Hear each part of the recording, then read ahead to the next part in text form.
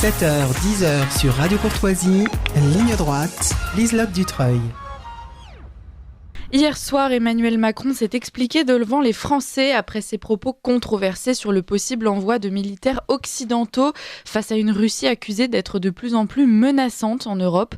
Une prise de parole attendue après la polémique suscitée par ses propos au cours des dernières années. Le président de la République avait notamment affirmé ne pas exclure l'envoi de troupes françaises en Ukraine afin de prêter main forte à Kiev, dont la contre-offensive patine depuis plusieurs mois. Et alors que les offensives russes se multiplient, ces déclarations avait fait réagir aussi bien les partis d'opposition que les gouvernements occidentaux. Nombre de pays dont l'Allemagne, la Pologne, l'Italie et la République tchèque ou encore même les États-Unis avaient alors catégoriquement rejeté l'idée d'envoi de troupes au sol. Alors quelles leçons retirer de l'allocution donnée par Emmanuel Macron donnée hier soir? Avec nous pour en parler, Régis Le Sommier, bonjour. Bonjour. Alors je rappelle que vous êtes directeur de la rédaction d'Omerta, auteur de La vérité du terrain, récit d'un reporter de guerre et dernièrement de Jusqu'au dernier Ukrainien, récit témoignage d'un reporter de guerre aux éditions Max Milo. Et puis vous êtes notre partenaire du mardi aussi sur Ligne droite. Alors pour commencer, que peut-on retenir de l'allocution d'Emmanuel Macron qui a abordé de nombreux sujets, notamment donc, ce fameux envoi de troupes au sol en Ukraine et la position des autres pays occidentaux sur le conflit? Alors, ça vous aura pas échappé. Moi, il y a une chose. En préambule, Emmanuel Macron a expliqué, et ça a été la première question d'Anne-Sophie Lapix, sur la question de l'envoi des troupes, s'il confirmait cette hypothèse, cette possibilité. Moi, j'ai trouvé ça très inquiétant quand il a dit vous êtes debout.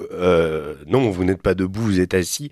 Mais est-ce que vous excluez la possibilité de quitter votre siège à la fin de l'interview? Là, Anne-Sophie Lapix a dit oui, mais on va le faire. Ils disent c'est pareil. Donc là, il y a une espèce de jeu, je trouve un peu pervers de la part du président, puisque de toute façon les journalistes allaient se lever. Donc ça veut dire quoi? Ça veut dire que on va de toute façon envoyer des troupes. Alors le problème ensuite, c'est que pour moi il y a une contradiction essentielle entre cette possibilité. Si cet envoi de troupes se matérialise, on ne peut pas dire, comme le dit Emmanuel Macron, dans le même temps, nous ne sommes pas en guerre contre la Russie. Si on envoie des troupes au sol, d'abord, Poutine a repris la balle au bond quand Emmanuel Macron l'a dit, et il y aura de facto, il n'y a plus de ligne rouge vis-à-vis de la France non plus. Donc voilà. Donc je ne vois pas comment on ne peut pas entrer en guerre avec la Russie tout en envoyant des troupes au sol. Ça me paraît contradictoire. Ensuite, il y a le problème militaire. Le problème militaire des Ukrainiens. Alors Emmanuel Macron nous explique que le front, qu'il y a un risque. Oui, en effet, il y a un risque depuis la prise d'Avdiivka, beaucoup plus grand que depuis celle de Bakhmout l'année dernière. Un risque que le front craque à un moment. Mais vous savez, on est en ce moment dans une période en Ukraine qui s'appelle la Rasputitsa, c'est-à-dire c'est le dégel, c'est la fin de l'hiver. Ça va durer pendant un mois environ et c'est une période qui est peu propice aux grandes manœuvres, puisque, encore que ce conflit n'ait pas été caractérisé spécifiquement par des grandes manœuvres, mais plus une linéarité et plus un grignotage progressif qui se fait village par village. Mais en tout cas, pour transporter des troupes, pour les acheminer, pour les faire manœuvrer. En ce moment, il y a l'équation de la boue qui va durer un certain temps et que si offensive il y a de printemps, ce sera plutôt en avril puisque c'est là au moment où ça sera sec. Alors ça, je ne sais pas si les conseillers d'Emmanuel Macron le lui ont soufflé. En tout cas, ils lui ont parlé effectivement de cette pénurie d'obus, ce qu'on appelle une faim d'obus, dont FAIM, dont souffre l'Ukraine. En effet, l'Ukraine souffre de problèmes, d'une pénurie d'obus et surtout sur de l'artillerie à courte et moyenne portée, c'est-à-dire du 122 mm, du 152 mm. Emmanuel Macron a expliqué qu'on allait fournir à nouveau des dizaines de canons César. Le canon César, c'est 42 km, c'est une arme très précise, une très belle arme, et les Ukrainiens sont sans doute très heureux d'en avoir beaucoup plus, mais ça ne va pas résoudre leurs problèmes avec l'artillerie de courte et moyenne portée qui permet aux Russes d'écraser véritablement, et on l'a vu avec la contre-offensive de cet été, écraser véritablement les cimetières. On a vu les cimetières de chars à Robotine, etc. Dès qu'une unité s'approche, eh bien on l'anéantit sous un déluge de feu. Le RAP-feu, justement, le rapport de feu en ce moment sur les lignes de front est outrageusement en faveur des Russes. On est pratiquement à 9 contre 1, 9 au but tiré contre 1 Ukrainien. Donc voilà, qu'est-ce qu'on va faire nous là-dedans ? On produit par mois à peu près par an ce que les Ukrainiens dépensent par mois en obus. J'entendais comment Sébastien Lecornu expliquait qu'on allait réactiver, qu'on ne produisait plus de poudre et qu'on allait réouvrir une usine de poudre à Bergerac. Bon, et tout ça, c'est quand même au tout début. Donc si on veut rentrer dans une production de masse d'obus à destination des Ukrainiens, eh ben, il va falloir mettre les bouchées doubles et ça va pas se faire en 6 mois, ni même en 1 an. Or, c'est aujourd'hui que les Ukrainiens ont ce besoin. Alors, ensuite, Emmanuel Macron explique qu'il ne faut pas laisser la Russie gagner. La Russie ne doit pas et ne peut pas gagner. Bon, il dit les Russes doivent quitter leur position. Quitter leur position, là aussi, je m'interroge sur qui le conseille. Donc, ça veut dire retour aux frontières définies internationalement, c'est ce qu'il a dit. Quid du Donbass ? Moi, j'en suis à mon 5e séjour en Ukraine. Le Donbass, je peux vous dire, côté russe, ce sont 6 millions de personnes qui habitent dans cette espèce de bastion russe qui s'est convectionné, pas depuis février 2022, mais depuis 2014. Donc depuis 2014, vous avez un Donbass qui est hostile à Kiev, qui est entré en sécession par rapport au pouvoir central et qui a décidé de façon vraiment majoritaire, c'est-à-dire que dans le Donbass, il n'y a plus rien d'ukrainien. Donc qu'est-ce qui se passe ? Si les Russes partent, il va falloir que ces 6 millions de personnes quittent ce territoire, et même pour qu'ils partent, il faut que les Ukrainiens militairement arrivent à reconquérir ce Donbass. Ça veut dire quoi ? Ça veut dire, si vous voulez, vous avez vu la difficulté que les Russes ont eu pour conquérir Bakhmout et Advivka, le temps et le nombre d'hommes que ça leur a fallu, mais si vous voulez, il faut que les Ukrainiens fassent 18 Bakhmout dans l'autre sens, pour pouvoir conquérir le Donbass, en sachant en plus que les Russes, cette partie qu'ils ont, c'est-à-dire les 3/4 de cette zone géographique, est plutôt en hauteur. Donc ça veut dire que les Ukrainiens sont plutôt dans la plaine et vont devoir monter à l'assaut de cette véritable forteresse russe qui est le Donbass. Donc là, il y a un défaut de réalité dans le discours du président. C'est évident que, on est dans une situation où il vaudrait mieux pour tout le monde qu'il y ait une négociation qui se passe sans tarder. L'histoire de la Crimée est un peu plus anecdotique, même si elle semble symbolique plus qu'autre chose. Il y a moins de population en Crimée, c'est moins intéressant. Le Donbass, évidemment, c'est la source de la richesse de l'Ukraine. C'est là où sont tous les minerais, sont toutes les usines. C'est pas dans l'ouest de l'Ukraine, bien contrôlé par Kiev, qu'il y a des ressources. Il n'y a pas de ressources là-bas. Ensuite, il nous explique que la Russie gagne. Si la Russie gagne, on sera plus pauvre. En réalité, on est déjà plus pauvre depuis le début de ce conflit, depuis les sanctions qu'on a prises envers la Russie, depuis le fait que l'Europe, globalement, ne bénéficie plus du gaz russe. C'est encore plus critique pour nos voisins allemands qui sont entrés en récession. Donc là, encore une fois, on se demande où ça mène. Alors, il oublie également d'évoquer les emprunts que la France devrait faire justement pour faire face à cette guerre. Il les a mentionnés. Il a reconnu qu'il serait prêt à faire ces emprunts alors que le taux d'endettement de la France a déjà explosé. Oui, mais ça veut dire quoi ? Ça veut dire que moi je pense qu'il y a un effet rhétorique évident dans les propos du président. Et ça, on va en venir. J'allais y venir, mais si vous voulez, ça me paraît pas très réaliste en termes de délai. S'il faut aider l'Ukraine, pour moi, militairement, de ce que j'ai pu voir là-bas, j'y étais il y a un mois. C'est maintenant qu'il faut aider l'Ukraine. C'est pas dans 6 mois, dans 1 an. Là, aujourd'hui, oui, comme je vous expliquais tout à l'heure, le front peut potentiellement s'effondrer.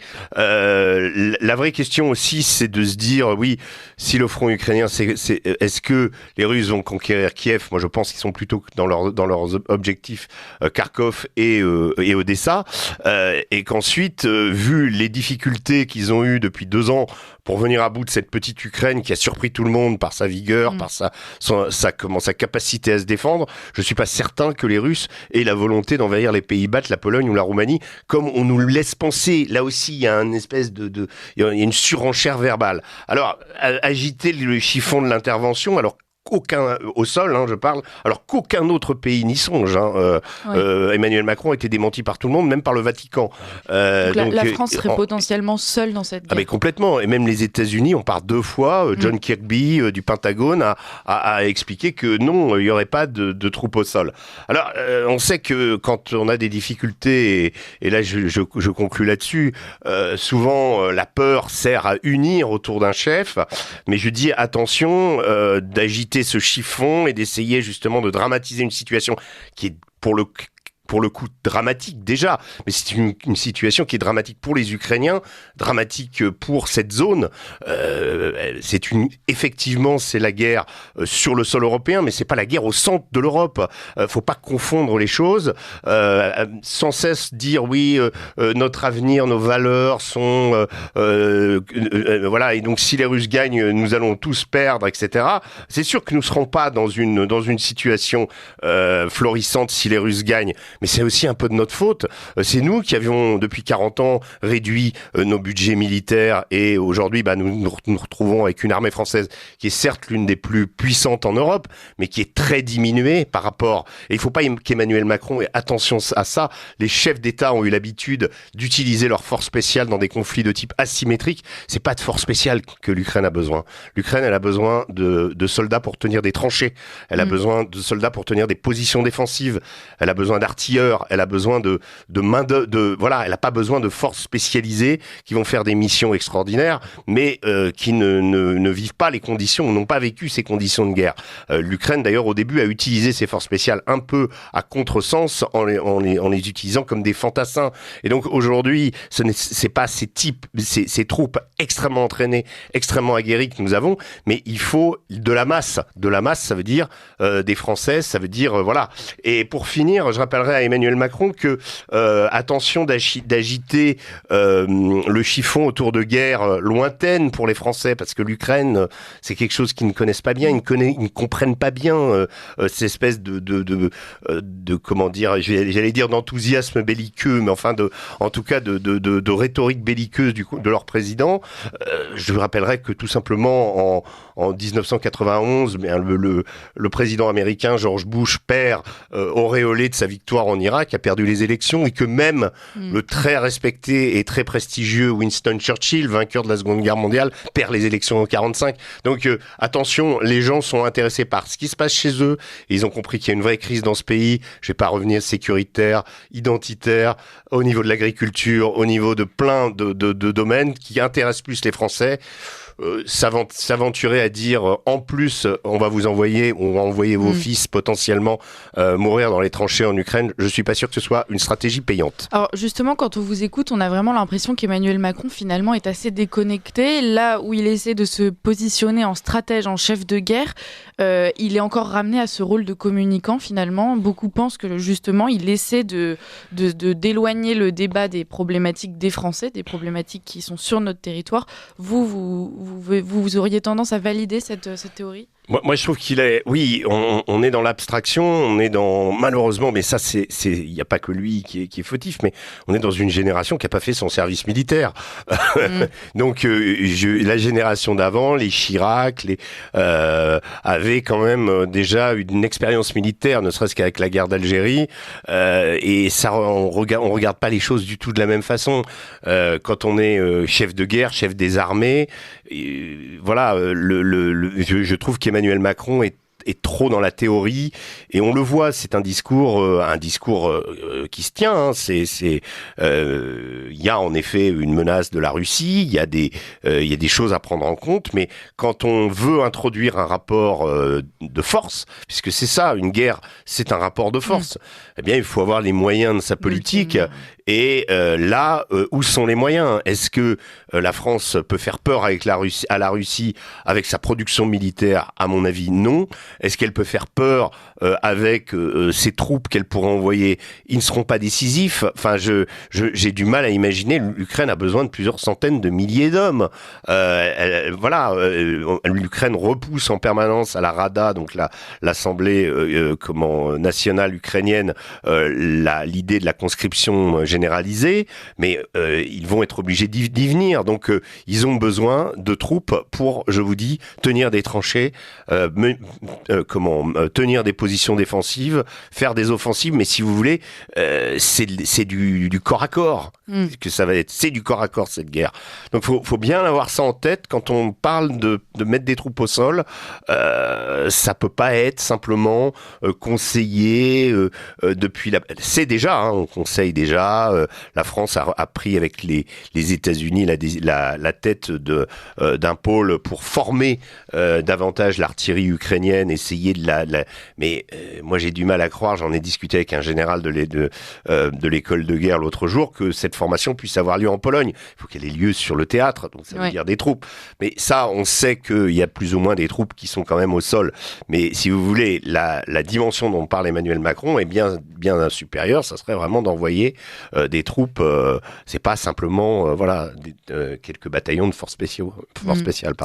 Est-ce que vous pensez que Emmanuel Macron aujourd'hui il est dans la position du torero qui agite justement ce fameux chiffon et qu'il pourrait effectivement réussir à énerver la Russie, que finalement l'agression pourrait venir des Russes qui en auraient marre de cette provocation? Écoutez, je crois pas. Je pense que la Russie est suffisamment empêtrée avec cette guerre en Ukraine qui lui pose aussi des problèmes colossaux. Mais je ne suis pas sûr qu'elle veuille ou quelle est la volonté, mais même au départ, d'attaquer l'Europe. La Russie, c'est 140 millions d'habitants. Le bloc européen, c'est 550 millions d'habitants. Alors quand on dit oui, ils vont envahir la Pologne, les pays baltes, et la Roumanie par exemple, mais faut imaginer ce à quoi ça correspond. C'est-à-dire les Russes ont-ils les moyens et ont-ils la volonté d'envahir des pays qui leur sont hostiles? D'abord qui sont membres de l'OTAN, donc ça déclencherait l'article 5 et donc une réaction immédiate qui pourrait conduire le monde au bord de la guerre nucléaire. Ça d'une part, et en plus, je vous dis, on n'est pas dans la Russie avec ces millions d'hommes qui prêtent à se sacrifier comme pendant la Seconde Guerre mondiale. C'est un pays qui a des problèmes démographiques, qui en effet a des soldats, mais n'en a pas tant que ça. Il n'a pas des millions de soldats, mais il a de la réserve aujourd'hui par rapport à l'Ukraine qui n'en a plus. Ça aussi, c'est un problème. Donc aujourd'hui, les préoccupations de la Russie, on le voit, il y a eu une réponse de Vladimir Poutine qui a évoqué cette perspective d'Armageddon nucléaire, qui a parlé même de destruction de la civilisation, en réponse à l'hypothèse d'Emmanuel Macron d'envoyer des troupes au sol. Donc on est vraiment dans un mano à mano entre les deux pays. Je vois pas très bien à quoi ça va mener. Que de dire aux Russes on ne vous laissera pas faire. Bon, certes, mais pour ça faut avoir les moyens de sa politique. Et là, c'est pas entièrement de la faute d'Emmanuel Macron. Je vous dis, c'est 40 ans de réduction budgétaire du budget des armées et que on se retrouve avec une armée et une structure de société aussi qui n'est pas faite pour la guerre. Je terminerai aussi là-dessus, si vous me le permettez, en 30 dire secondes. En 30 secondes que moi j'ai vu les Russes au combat. C'est des gens qui ont une espèce de disposition naturelle pour la violence, qui ont une espèce de goût du sacrifice aussi, qui quand ils parlent sont intimement persuadés. Vous savez, à une époque, on disait ils savent pas pourquoi ils se battent. Non, moi, ce que j'ai constaté, c'est ils sont complètement hantés par les quelques 25 millions de morts que leur a coûté la Seconde Guerre mondiale pour abattre le nazisme. C'est quelque chose d'extrêmement porteur chez eux, dans lequel ils ont été éduqués. Et voilà. Et cette disposition guerrière. Malheureusement, la population française ne l'a pas. On n'est plus, nous, dans une perspective où on a mené des guerres, en tout cas, pas ce type de guerre-là. Il faut imaginer que la guerre, elle a 2 ans.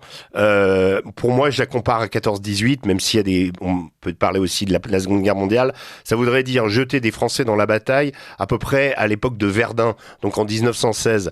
Moi, je dis non, la population française et même l'armée française n'est pas dans une disposition aujourd'hui pour livrer une bataille comme Verdun. Voilà.